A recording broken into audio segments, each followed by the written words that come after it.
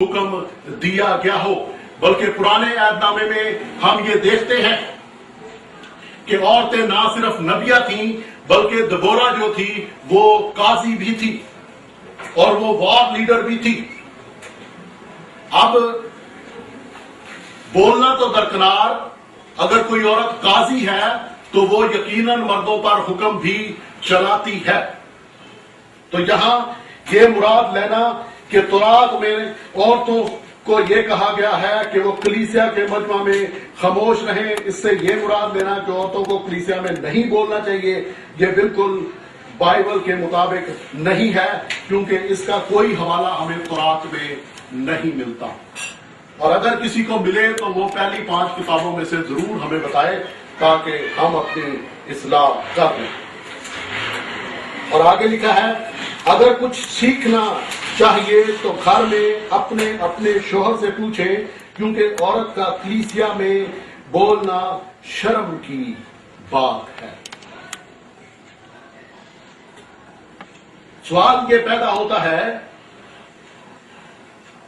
کہ عورت کے لیے کلیسیا میں بولنا شرم کی بات کیسے ہے؟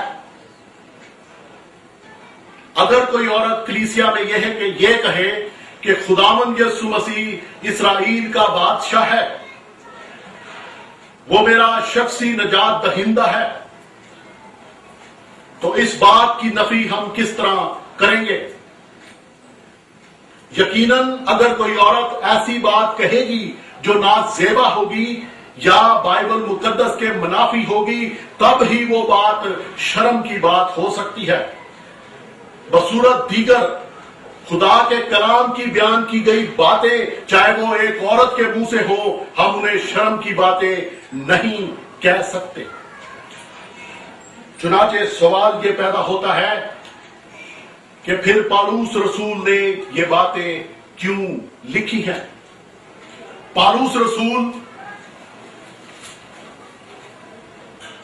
بخوبی تورات سے، شریعت سے واقف ہے، اور ہم میں سے ہر ایک اس بات کو بخوبی جانتا ہے کہ پالوس رسول تورات کے بارے میں کسی قسم کی کوئی غلط فہمی یا شریعت کے بارے میں کوئی غلط فہمی نہیں رکھتا۔ علماء کا یہ خیال ہے کہ یہ جو آیت ہے 34 آیت، جس میں لکھا ہے عورتیں کلیسیا کے مجمع میں خاموش رہیں کیونکہ انہیں بولنے کا حکم نہیں بلکہ تابع رہیں جیسا تورات میں بھی لکھا ہے، یہ دراصل سوالات تھے جو کرنتھیوں کی کلیسیا نے پالوس رسول سے پوچھے تھے۔ جب پہلے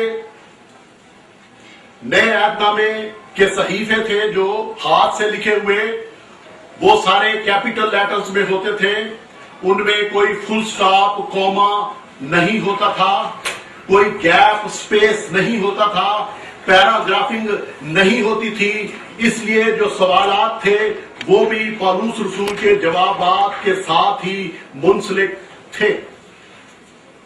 ایک اہم سوال یہ بھی ہے کہ کرنتھیوں کی کلیسیا جس نے تورات کبھی پڑھی نہیں، جس نے تورات کبھی دیکھی نہیں، کیا پالوس رسول اس کلیسیا کو یہ لکھے گا کہ تورات میں بھی ایسا لکھا ہے؟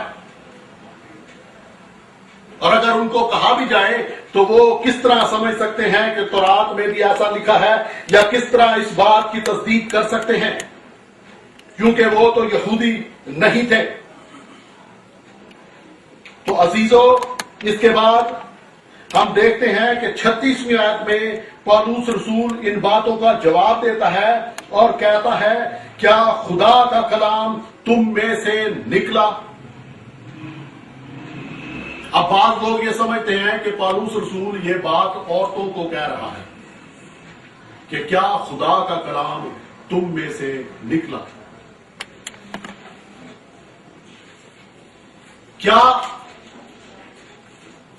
واقعی خدا کا کلام عورتوں میں سے نکلا ہے؟ بے شک اس کا جواب ہے کہ خدا کا کلام عورتوں میں سے نہیں نکلا۔ لیکن اس کے ساتھ ہی دوسرا سوال پیدا ہوتا ہے کہ کیا خدا کا کلام مردوں میں سے نکلا ہے؟ یقیناً اس کا جواب بھی نہیں ہے، کیونکہ خدا کا کلام مردوں میں سے بھی نہیں نکلا، خدا کا کلام خدا ہی میں سے نکلا ہے۔ ہاللیلویا۔ چنانچہ جو لوگ یہ سمجھتے ہیں کہ یہ بات عورتوں کو کہی گئی ہے کہ کیا خدا کا کلام تم میں سے نکلا، تو وہ اپنی اصلاح کر لیں، کیونکہ یہ بات صرف عورتوں کے لیے نہیں بلکہ یہ مردوں کے لیے بھی ہے۔ اور اس سے آگے ہم دیکھتے ہیں، لکھا ہے یا صرف تم ہی تک پہنچا ہے؟ کیا خدا کا کلام تم میں سے نکلا یا صرف تم ہی تک پہنچا ہے؟ تو کیا خدا کا کلام عورتوں میں سے نکلا اور صرف عورتوں تک پہنچا ہے؟ نہیں۔ کیا خدا کا کلام مردوں میں سے نکلا اور صرف مردوں تک پہنچا ہے؟ نہیں۔ اس کا مطلب ہے کہ خدا کا کلام خدا میں سے نکلا ہے اور مردوں اور عورتوں اور بچوں سب تک یکساں طور پر پہنچا ہے۔ تو پالوس رسول در حقیقت یہ بتا رہا ہے کہ خدا کے کلام کا سہارا لیتے ہوئے کوئی غلط فیصلہ کلیسیا میں نہ کیا جائے۔ اور اس کے بعد لکھا ہے، اگر کوئی اپنے آپ کو نبی یا روحانی سمجھے تو یہ جان لے کہ جو باتیں میں تمہیں لکھتا ہوں وہ خدا کے حکم ہیں، اور اگر کوئی نہ جانے تو نہ جانے۔ تو یہاں پہ ہمیں یہ پتہ چلتا ہے کہ چپ کا رہنا یا خاموش رہنا یہ ایک رویے کا نام ہے۔ یہ اس وقت تک خاموش رہنا ہے جب تک کوئی دوسرا بول رہا ہے اور اپنی بات مکمل نہیں کر لیتا۔ یہ ہمیشہ کے لیے خاموش رہنا نہیں ہے۔ اس کے بعد ہم دیکھیں گے پہلا تیموتھیوس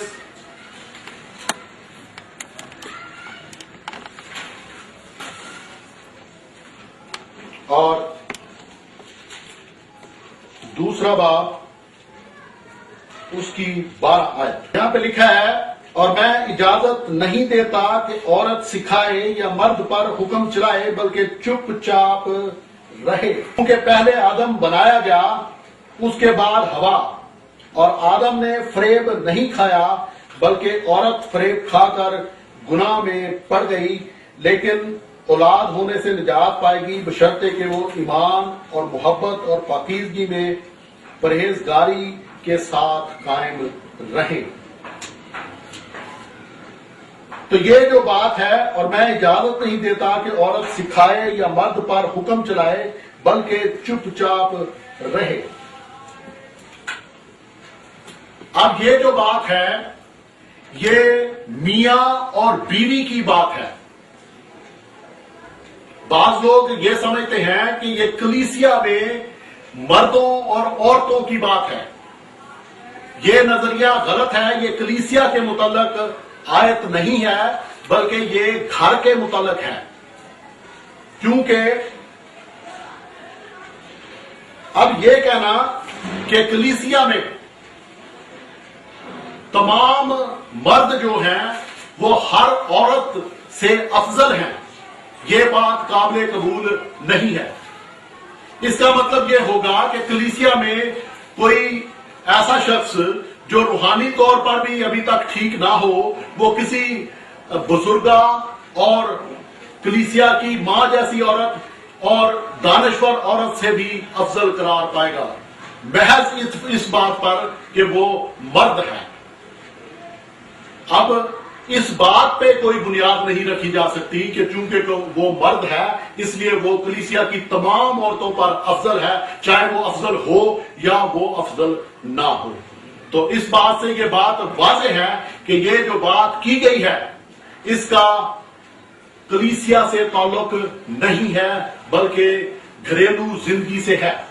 پالوس رسول یہ کہتا ہے کہ میں اجازت نہیں دیتا کہ بیوی جو ہے، جس کا ترجمہ عورت کیا گیا ہے، وہ اپنے شوہر پر حکم چلائے، اور یہ بات واقعی کلام کے مطابق ہے کہ عورت کو یا بیوی کو اپنے شوہر پر حکم نہیں چلانا، کیونکہ کلام کہتا ہے کہ بیوی شوہر کے تابع رہے۔ لیکن کلام ہرگز یہ نہیں کہتا کہ کلیسیا کی تمام عورتیں کلیسیا کے تمام مردوں کے تابع رہیں۔ یہ بات کہنا بدعت ہے اور اس کا کلام سے کوئی تعلق نہیں ہے۔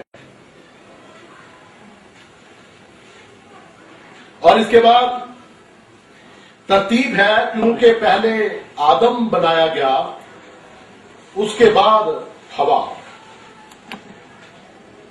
پالوس رسول خدا کے کلام کے مطابق یہ کہتا ہے کہ آدم پہلے بنا ہے اور ہوا بعد میں بنائی گئی ہے۔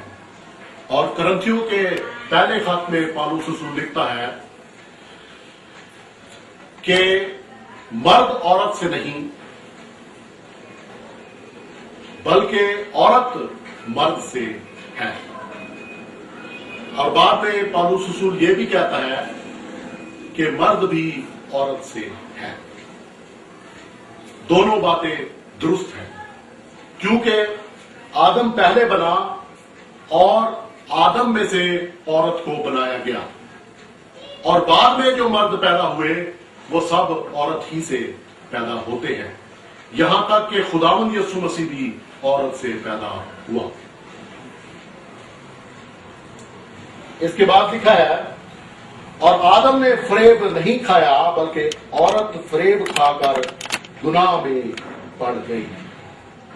اور آدم نے فریب نہیں کھایا بلکہ عورت فریب کھا کر گناہ میں پڑ گئی۔ آدم نے فریب نہیں کھایا کیونکہ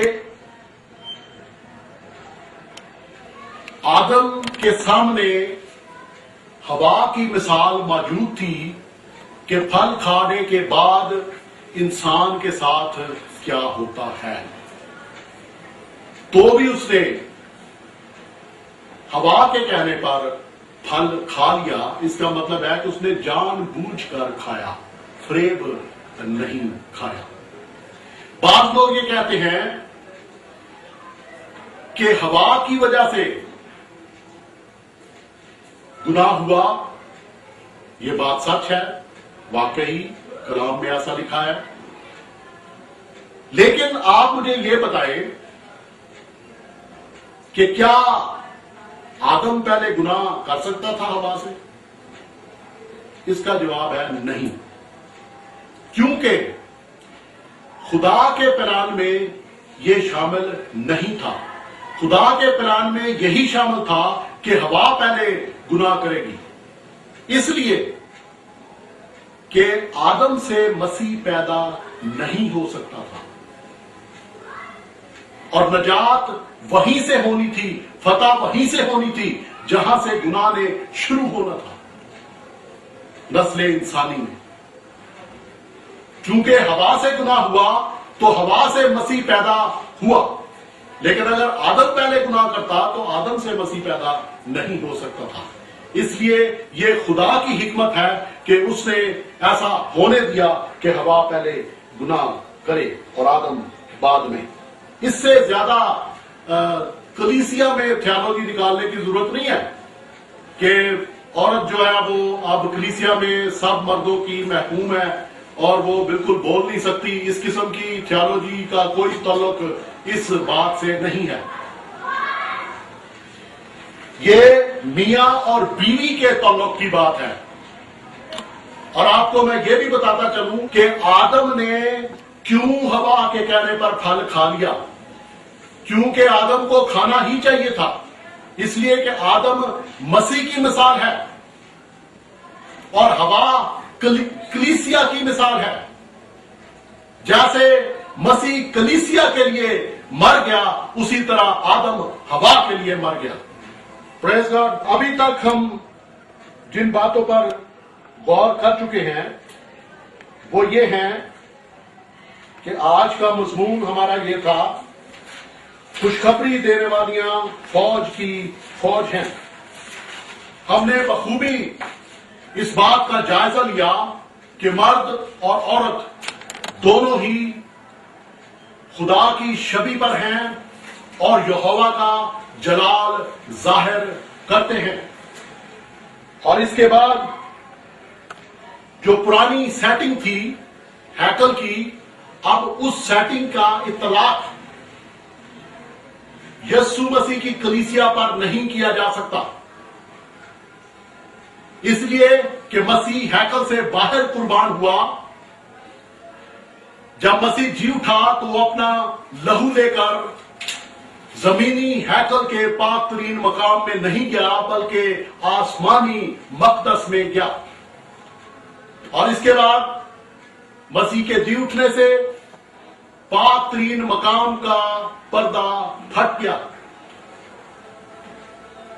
اور روح القدس جو پہلے صرف مخصوص لوگوں پر نازل ہوتا تھا، اب کلیسیا عام پر نازل ہونے لگا بلا امتیاز۔ اس لیے ان باتوں کی روشنی میں ہم اس بات پر پہنچے ہیں، اور یہ بات بھی شامل ہے کہ پہلے مقدس زمینی تھا لیکن اور وہ کسی بلڈنگ میں تھا، لیکن اب جو خدا کا مقدس ہے وہ ہر ایک ایماندار ہے جس میں خدا کا روح بسا ہوا ہے۔ چنانچہ موجودہ کلیسیا پر پرانے ہیکل کا، پرانے مقدس کا سیٹ اپ امپوز کرنا، اس کا اطلاق موجودہ کلیسیا پر کرنا بالکل غلط ہے۔ اور اس کے بعد ہم نے یہ بھی بغور دیکھا کہ مقدس عورتوں کا کلیسیا میں خاصا مقام ہے۔ 13 باتیں میں نے آپ کے سامنے پیش کی جو وہ کلیسیا میں کر سکتی ہیں۔ اس میں روح القدس کے پھل بھی ہیں اور روح القدس کی نعمتیں بھی شامل ہیں۔ اور اس کے بعد ہم نے جن باتوں پر غور کیا وہ یہ ہے کہ کیا عورت کو کلیسیا میں خاموش رہنا چاہیے۔ خدا کے کلام سے ہم بخوبی اس بات سے واقف ہیں کہ یہ ایک خاموشی، ایک رویے کا نام ہے، نہ کہ اس سے مراد یہ ہے کہ کسی کو ہمیشہ کے لیے کلیسیا میں خاموش کروا دیا جائے۔ اس سے خاموشی سے مراد ترتیب کا، تنظیم کا لحاظ کرنا ہے، اور جب تک کوئی دوسرا اپنی بات مکمل نہ کر رہے اس وقت تک خاموش رہنا ہے، نہ کہ ہمیشہ خاموش رہنا ہے۔ تو ان تمام باتوں کی روشنی میں، خدا کے کلام کی روشنی میں، میں یہ بات واضح طور پر کہتا ہوں کہ عورتیں منادی کر سکتی ہیں، عورتیں کلیسیا میں ٹیچ کر سکتی ہیں، کیونکہ کلیسیا کی ڈیفینیشن مختلف ہے۔ ضروری نہیں کہ جو آپ سمجھتے ہیں وہی کلیسیا کی ڈیفینیشن ہو۔ عورتیں پریچ کر سکتی ہیں، عورتیں پلپٹ پر آ سکتی ہیں۔ ہاللویا، خدا یسوع کے نام کو جلال ملے، آمین۔